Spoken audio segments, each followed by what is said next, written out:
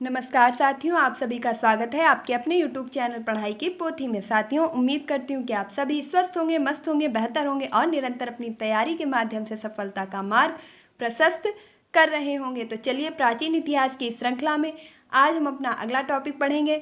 तो कम समय में बेहतर कंटेंट के लिए पढ़ाई की पोथी को सब्सक्राइब करना बिल्कुल भी ना भूलें। चलिए फटाफट से अपने टॉपिक पर चलते हैं। आज का हमारा टॉपिक है मराठों का उत्कर्ष। इसके पहले के वीडियो में हमने मुगल साम्राज्य से बनने वाले सभी क्वेश्चंस को डिस्कस किया, एक एक शासक के बारे में जाना। आज हम पढ़ेंगे मराठों के उत्कर्ष के बारे में, मराठा साम्राज्य के बारे में।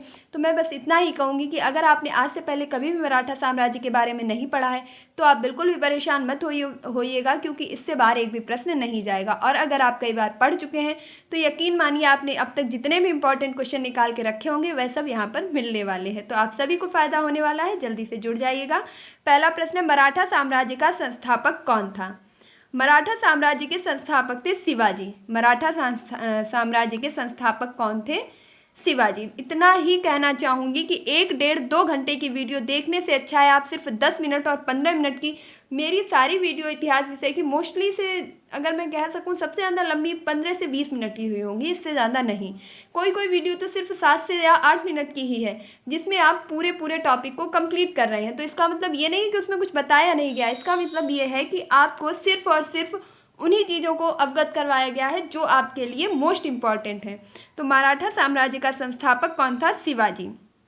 अगला प्रश्न देखेंगे, इनका जन्म कब हुआ? तो 1627 ईस्वी में शिवनेर के दुर्ग में, इनके जो कि जुन्नार के समीप है, वहाँ पर इनका जन्म होता है। यह प्रश्न आपसे इस प्रकार पूछा गया था कि मराठा साम्राज्य के जो संस्थापक हैं उनका जन्म कहाँ हुआ था? तो शिवनेर के दुर्ग में। अगला देखेंगे, इनके पिता का नाम क्या था?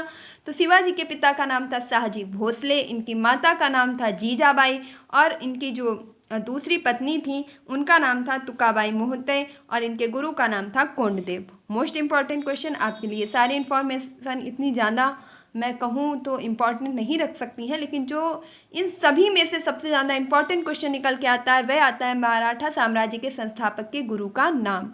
तो शिवाजी के गुरु का नाम क्या था? गुरु कोंडदेव। Most important question. अगला देखेंगे, इस साम्राज्य का दूसरा संस्थापक किसे माना जाता है? तो बालाजी विश्वनाथ को मराठा साम्राज्य का द्वितीय संस्थापक के नाम से भी जाना जाता है। 1656 ईस्वी में रायगढ़ को अपनी राजधानी बनाया। शिवाजी ने रायगढ़ को अपनी राजधानी कब बनाया? 1656 ईस्वी में। अगला प्रश्न देखेंगे, 1665 ईस्वी में बीजापुर के सुल्तान ने अपने अयोग्य सेनापति अफजल खां को शिवाजी को पराजित करने के लिए भेजा। शिवाजी ने इसकी हत्या कर दी। तो बीजापुर के जो सुल्तान थे उन्होंने अपने सेनापति को भेजा जिसका नाम था अफजल खां, और आपके शिवाजी क्या करते हैं? उस अफजल खां को पराजित कर देते हैं और उसकी हत्या कर देते हैं। अगला देखेंगे, शिवाजी ने सूरत को 1664 ईस्वी से एवं 1679 ईस्वी में लूटा। शिवाजी ने सूरत पर आक्रमण कब किया था? तो 1664 ईस्वी में और 1679 ईस्वी में। नेक्स्ट देखेंगे, पुरंदर की संधि कब होती है? तो पुरंदर की संधि आपके इतिहास की महत्वपूर्ण संधि है जो कि 1665 ईस्वी में महाराजा जय सिंह और शिवाजी के मध्य संपन्न होती है। पुरंदर की संधि की डेट मोस्ट इंपॉर्टेंट है, जरूर याद रखेंगे। हो सकता है आपसे इसी एग्जाम में पूछ ली जाए कि पुरंदर की संधि कब होती है? तो 1665 ईस्वी में। किसके मध्य होती है? जय सिंह एवं शिवाजी के मध्य। अगला प्रश्न देखेंगे, मात्र 53 वर्ष की आयु में 14 अप्रैल 1680 को शिवाजी की मृत्यु हो गई। तो मात्र 53 वर्ष की आयु में जो 14 अप्रैल 1680 को शिवाजी की मृत्यु हो जाती है। अब हम देखेंगे इनके महत्वपूर्ण कार्यों के बारे में। पहला प्रश्न है, इनके मंत्रिमंडल को अष्टप्रधान कहा जाता है जिसमें पेशवा का पद सर्वाधिक महत्वपूर्ण एवं सम्माननीय था। जो शिवाजी थे इन्होंने अपने शासन में कुछ इस प्रकार की व्यवस्था बना रखी थी कि उसमें कुल 8 व्यक्ति ऐसे थे जिन्हें अष्टप्रधान कह करके पुकारा जाता था, और ये पूरी शासन व्यवस्था के कह सकते हैं 8 स्तंभ का कार्य करते थे, और इनके मंत्रिमंडल को इसीलिए अष्टप्रधान के नाम से पुकारा जाता था। आपसे प्रश्न पूछा जाएगा कि किस शासक के मंत्रिमंडल को अष्टप्रधान की संज्ञा दी गई? मुगल शासन के, गुप्त शासन के, या आपके मराठा शासन के, या इनमें से कोई नहीं? तो उत्तर हो जाएगा मराठा शासन के। मोस्ट इंपॉर्टेंट क्वेश्चन है। इसी प्रकार अगर मैं आपसे एक प्रश्न यहाँ पर और कर लूँ कि अकबर के शासनकाल को क्या कहा गया? तो अकबर के शासनकाल में जो उनका मंत्रिमंडल था उसमें कुल 9 रत्न थे। तो नवरत्न किसके शासनकाल में थे? अकबर के शासनकाल में। अष्टप्रधान किसके शासनकाल में थे? मराठा के शासनकाल में।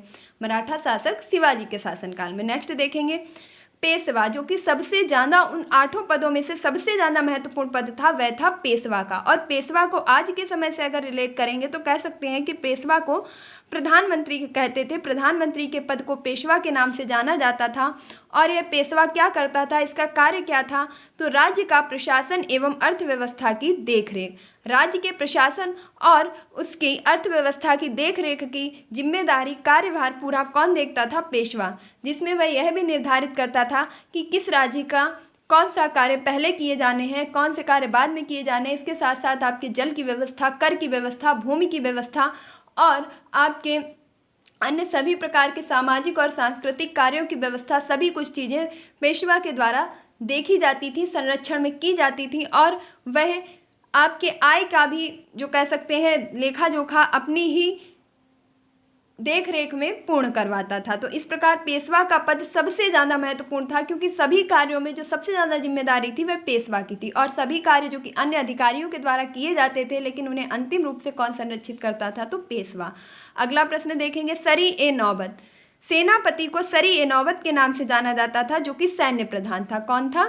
सैन्य प्रधान। अब सैन्य प्रधान कौन होता है? जैसे हमारी आज के समय में सेना है, तीनों सेनाएं, जल थल नभ, तो उसको कौन आपके सबसे प्रधान कौन होता है? उसका सेनापति। आपके इस समय जो तीनों सेनाएं हैं उनका सबसे ज़्यादा सर्वश्रेष्ठ अधिकारी कौन है? राष्ट्रपति। तो उस प्रकार उसे कहा जाता था सेनापति और नाम रखा गया था सरी-ए-नौबत। सरी-ए-नौबत के नाम से जाना जाता था, जो कि सैन्य प्रधान था। आपके शिवाजी की जो सेना थी उसका प्रधान था। सेना को किस प्रकार अरेंज करना है, किस सेना को कौन सा प्रशिक्षण देना है, किन लोगों को भर्ती करना है, कौन सी सेना को किस क्षेत्र पर भेजना है, इन सभी चीज़ों का निर्णय कौन करता था? सरी-ए-नौबत। क्योंकि ये नाम आपके कई बार पूछे जा चुके हैं, ऐसे ही नहीं बताया जा रहा है, तो चीज़ों को गौर से सुनिएगा। अष्टप्रधान में सबसे ज़्यादा महत्वपूर्ण थे पेशवा, उसके बाद सरी-ए-नौबत जो कि सेनापति हुआ करते थे। पंडित राव। पंडित राव का भी एक बहुत बड़ा अहम रोल रहा है आपके मराठा साम्राज्य में।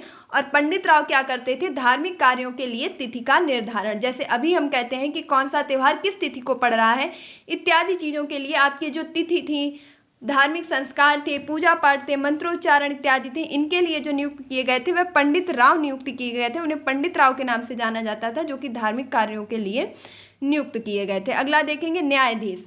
न्याय विभाग का प्रधान। अब चूंकि लगातार इतने बड़े साम्राज्य का शासन कर रहे थे तो अंतिम निर्णय तो राजा का ही होता था, लेकिन इसके साथ साथ एक न्याय विभाग भी बनाया गया था, जिसमें आज के समय में जैसे वकील होते हैं तो उस समय पर भी कई लोगों की एक न्याय विभाग बनाई गई थी, जिसमें मुख्य अधिकारी न्यायाधीश नियुक्त किया गया था। तो वह न्याय विभाग का प्रधान होता था। न्याय विभाग का प्रधान कौन होता था? न्यायाधीश। नेक्स्ट क्वेश्चन देखेंगे चौथ एवं सरदेशमुखी नामक शिवाजी के द्वारा लगाया गया कर था। तो यह प्रश्न बहुत बार परीक्षाओं में पूछा जा चुका है कि शिवाजी के द्वारा लगाया गया कर कौन सा था? तो चौथ एवं सरदेशमुखी। नेक्स्ट देखेंगे चौथ किसी एक क्षेत्र को बर्बाद ना करने के बदले में दी जाने वाली रकम। अब किसी एक क्षेत्र को बर्बाद ना करने के बदले में दी जाने वाली रकम से तात्पर्य क्या है कि आपके शिवाजी क्या करते थे कि ऐसा कई शासकों में आपस में मतभेद चलता था, लगातार प्रतिस्पर्धाएं चलती थी, द्वंद्व चलता था, तो उसके तहत ऐसा कहा जाता था कि ठीक है, हम आपके राज्य पर आक्रमण नहीं करते हैं, उसे अपने में नहीं मिलाते हैं, इसके बदले में आपको चौथ नामक कर देना होगा, यानी कि आपकी भूमि में जो भी उपज होगी उसका 1/4 हिस्सा आप हमारे राज्य के अर्थव्यवस्था में देंगे, खजाने में जमा करवाएंगे। तो उसे कर के रूप में लिया जाता था आपके क्षेत्र को बर्बाद ना करने के बदले में। अगला देखेंगे सरदेशमुखी। इसके हक का दावा करके शिवाजी स्वयं को सर्वश्रेष्ठ प्रस्तुत करना चाहते थे। सरदेशमुखी नामक कर क्या था? उनका ऐसा कहना था कि यह कर तो मेरा हक है लेना, तो इस कर का दावा करके वह सर्वश्रेष्ठ खुद को प्रस्तुत करना चाहते थे। मोस्ट इंपॉर्टेंट क्वेश्चन यह निकलेगा कि सरदेशमुखी और चौथ नामक कर किस शासक के द्वारा लिए जाते थे? तो मराठा शासक शिवाजी के द्वारा। तो शिवाजी से निकलने वाले यह कुछ महत्वपूर्ण प्रश्न थे। उम्मीद करती हूँ कि आपको वीडियो ज़रूर पसंद आया होगा। इससे ज़्यादा क्वेश्चंस नहीं है जो आपके परीक्षा में पूछे जाएं। जो भी है यही है और यहीं से बनेगा। बस एक विश्वास रखिए और विश्वास के साथ प्लेटफॉर्म से जुड़े रहिए।